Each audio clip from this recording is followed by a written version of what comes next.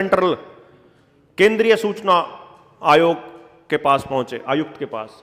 फिर उसके पास पहुंच करके पूछा, 50 मिनट से ऊपर बहस हुई और जब दोनों नोट दिखा दिए जब सीआईसी को, क्योंकि वो रिटायर्ड जज होता है सुप्रीम कोर्ट का, तो उसको पता था कि सबूतों के आधार पर तो उसको देना ही पड़ेगा फिर फैसला। फिर कुछ जानकारी दी थी पहले कि भाई हम ये जानकारी नहीं दे सकते आपको। फिर हमने एक सुप्रीम कोर्ट का आदेश लगाया कि देश के अंदर वित्तीय मामले होते हैं, उसमें आपको जवाब तो देना पड़ेगा जनता को। और फिर सीआईसी के सामने 50 मिनट की बहस के बाद फिर वहां पर आरबीआई के डायरेक्टर ने यह माना कि जी हमको ना सवाल समझने में गलती हो गई। वो बोले फिर अब तो समझ में आ गया ना? बोला हाँ, तो अब लिख के दो इनको। तो आरबीआई के डायरेक्टर ने लिख के दिया कि हाँ ये एफिडेविट बदला गया है।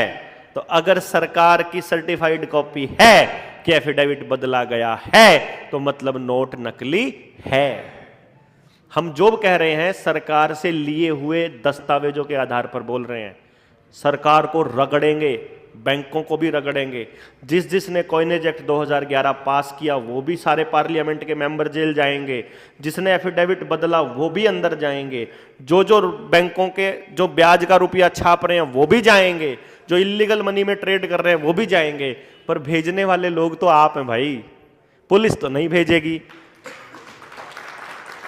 पुलिस तो एफआईआर नहीं करेगी, पुलिस तो नहीं कर रही है।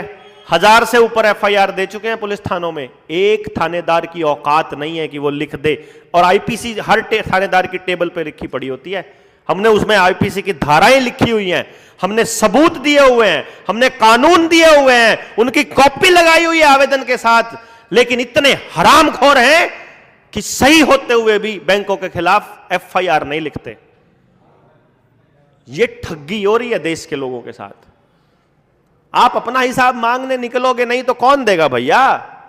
अपने भाइयों के साथ तो लड़ाई लड़ लेते हो, जिन्होंने आपने सारे पुरखों को लूट लिया उनसे हिसाब कब मांगोगे? अपने भाईचारे को तोड़ने तो निकल पड़ते हो लठ उठा के कभी भी। जो असली करप्ट है, जो असली चोर हैं, जिन्होंने हमारा भाईचारा भी तोड़ा, जिन्होंने पूरा देश तोड़ दिया, जिन्होंने समाज तोड़ दिया, लूट लूट के हम खाली कर दिए, उनसे हिसाब कब मांगोगे भाई? सवाल तो ये है। इसलिए ये नोट नकली साबित हो गया। पहले नंबर पे साबित हो गया, दूसरे नंबर पे साबित हो गया, अब तीसरे नंबर पे साबित करते हैं। जो नोट आपके पास है, भारतीय रिजर्व बैंक के नीचे एक लाइन लिखी होती है, अंग्रेजी में भी हिंदी में भी, guaranteed by the central government. और ये तब से लिखी जा रही है जब 1934 में सेंट्रल गवर्नमेंट अंग्रेज